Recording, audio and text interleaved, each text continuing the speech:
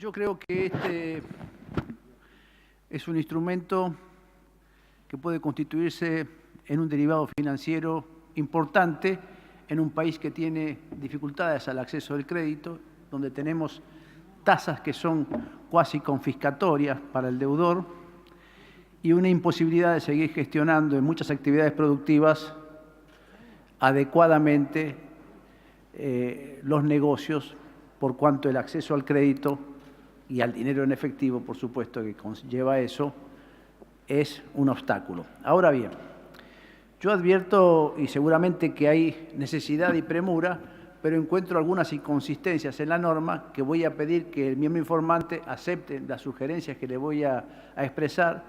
Digo que lamento no haberlas podido mencionar en comisión, puesto que no integro la misma, y además entiendo que este dictamen debió pasar por la Comisión de Presupuestos, más allá de la intervención del senador Bullrich, debió ser analizada por los integrantes de la Comisión de Presupuestos.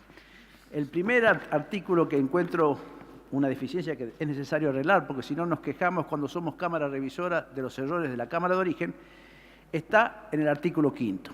El artículo 5 habla del Ministerio de Agroindustria, que será la autoridad de aplicación de la norma. Primero, el Ministerio de Agroindustria no existe más, así que evidentemente tenemos que corregir este error. Segundo, desde que hemos sancionado en gestiones anteriores legislativas en la ley de digesto, siempre se ha indicado en esa norma que es de buena práctica legislativa que el Poder Ejecutivo, que es quien por imperativo constitucional es el Poder Administrador, sea el que designe la autoridad de aplicación. Si no, nos encontramos que por ley y una costumbre inveterada de este Congreso designamos órganos que después son subsumidos, son extinguidos, son cesados y que hay que analizar en realidad diferentes normas y actos administrativos, ya sea del jefe de gabinete o del presidente de la Nación, que por decreto va pasando la competencia de ese órgano porque la ley lo dice, cuando en verdad es una competencia del Poder Administrador. Así que yo sugiero y pido que el miembro informante acepte, que diga el Poder Ejecutivo de la Nación determinará la autoridad de aplicación y el contralor de la presente ley. Nada más. Es decir, creo que con esto obviamos el error que implica hablar de un ministerio que ya no existe. Segundo aspecto que sí me interesaría que sea corregido y que mantengo una disidencia con la senadora preopinante, es en el punto de las incompatibilidades para la constitución de una sociedad emisora de certificados. Ahí reivindicó incluso que existe una prohibición para los funcionarios públicos. Y yo lo que entiendo es que hay una norma que entra en colisión con una norma anterior, que es una norma de garantía de una buena práctica de gobierno y de la Ley de Ética Pública. En el texto del artículo 7 dice que no podrán formar parte de una sociedad emisora de certificado de depósito y guardan quienes estén afectados por las siguientes inhabilidades o incompatibilidades y nombra, y así fue señalado, a los funcionarios de la administración pública cuyo desempeño se relacione con el objeto de la sociedad hasta 2 años luego del cese de sus funciones.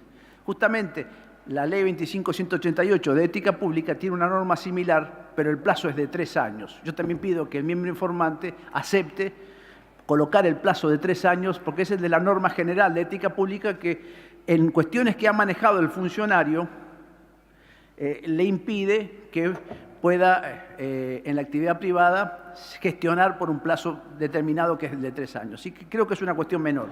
Y por último, la última objeción que encontré, y le pido disculpas porque la verdad que el dictamen es reciente, si no lo tendríamos que haber manejado con más antelación, y esto es en el artículo 18. El artículo 18 habla de todo endoso deberá reunir los siguientes requisitos: fecha, nombre y apellido, domicilio y firma del endosante y endosatario, monto y fecha de vencimiento de la obligación garantizada y lugar convenido para el pago de la cancelación. Se extenderá al dorso del respectivo documento. Hasta ahí todo bien.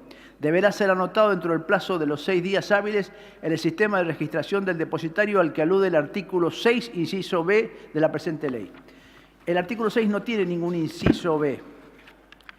Y el artículo 6 no habla del ámbito de registración. A mi ver, humildemente entiendo que se puede estar refiriendo al registro del artículo 5º, que no tiene ningún inciso. Entonces yo, si acepta el miembro informante rectificar y decir directamente al sistema de registración del depositario, al sistema de registración del depositario, punto, o al sistema de registración del depositario regulado en el artículo 5º. Cualquiera de las dos redacciones creo yo que supliría este error. Y luego tenemos el artículo 29, y así voy a pedir auxilio del miembro informante, habla de un artículo 16, inciso C. El artículo 29, si ustedes ven el artículo 16 no tiene ningún inciso.